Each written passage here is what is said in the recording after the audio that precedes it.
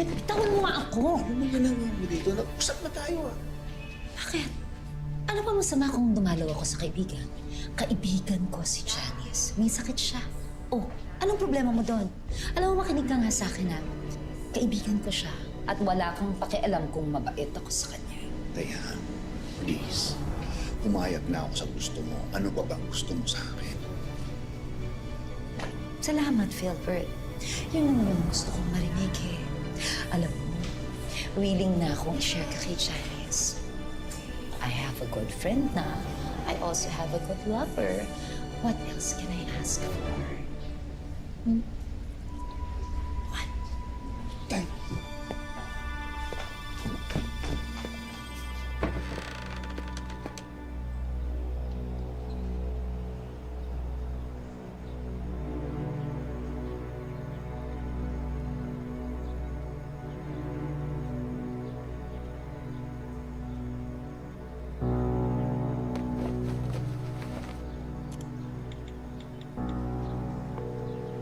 Hello, Dayan. Wala ka na bang maisuot, Philbert? Paano mo nalaman na nandito ako sa bahay? Sinusundan mo ba ako? Huwag kang mag-alala. Nasa akin ang mga damit mo. Ninakaw ko.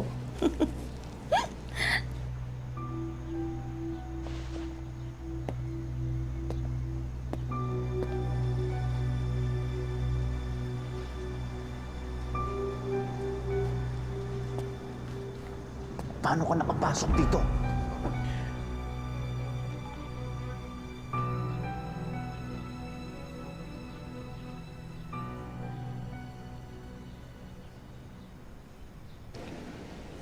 Tigilan mo na kasi, Dayan. Nandito lang ako para kunin yung mga damit ko. Naghihintay si Janice sa ospital. Masyado ka namang tense. Ano ka ba?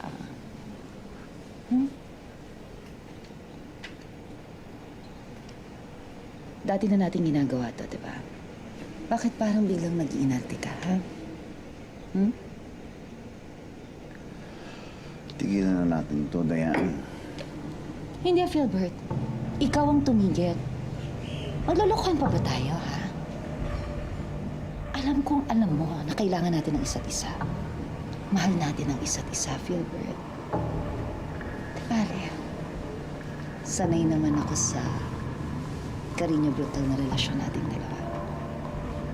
Hayaan mo ako magdala. Come on. Ako nang bahala.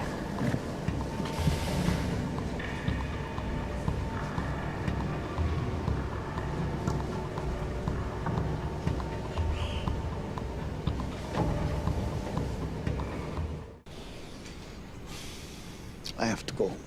Naghihintay si Janice sa ospital.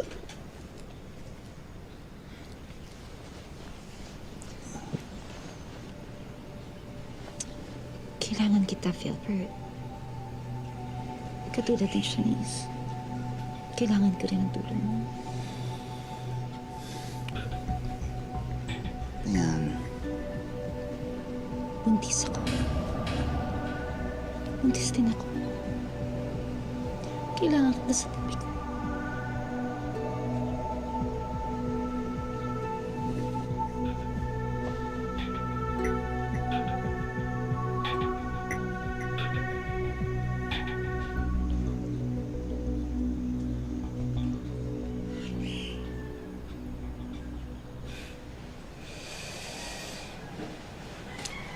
Lahat gagawin ko para ipaglaban ang buhay mo, anak. Mahal na mahal kita. Mahal na mahal ka ng daddy mo. Walang sino man ang pwedeng umuwi sa'yo. Hindi ako papayag. Hindi ka namin papabayaan. Bibigay namin sa'yo ang buong mundo.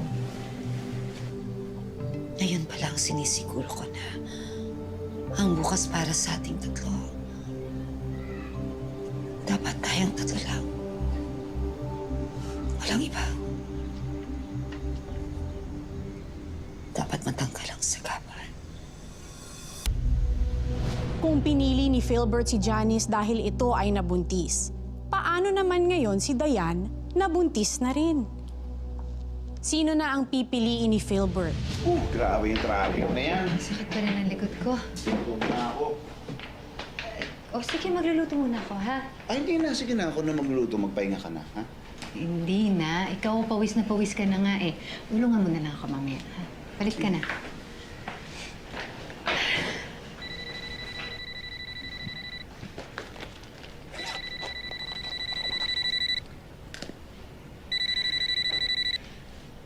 Dayan. Hello, Janice. Pwede ba tayo mag-usap? Kinagago na kasi ako ng asawa ko eh. Binuntis niya ako pagkatapos hindi na siya umuwi dito. Ha? Grabe naman yun. Medyo kagagaling ko lang kasi ng ospital eh. Janice, please naman. Kailangan ko ng kausap ngayon. O sige, magpapaalam lang ako sa asawa ko, ha? Eh bakit ba lahat ng gagawin mo kailangan mo ipaalam sa asawa mo? Dayan, kumalma ka nga. Kasi pati ako nagpapanik sa'yo eh. Magluluto lang ako ng dinner, ha? Tapos, kikitain kita. Saan ba? Sa coffee shop na lang ulit? Sino yan? Bakit ba ang hirap-hirap mo nang kausapin ngayon, Janice? Wala ka namang pakialam sa akin. Grabe ka naman, Dayan. Siyempre, meron din ako mga kailangan gawin. Naiintindihan ko naman yung pinagdadaanan mo eh. Teka lang. Ano ka ba? Ang dami-dami mong dahilan.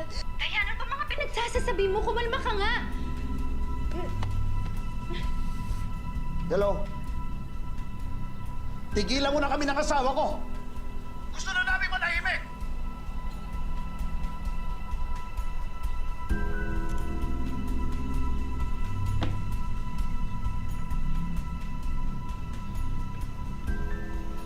Ano nangyayari? Kilala mo yan?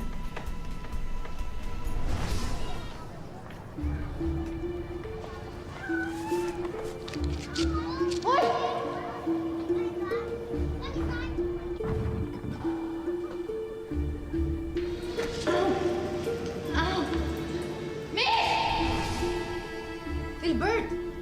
Sagutin mo ako! Ano nangyayari?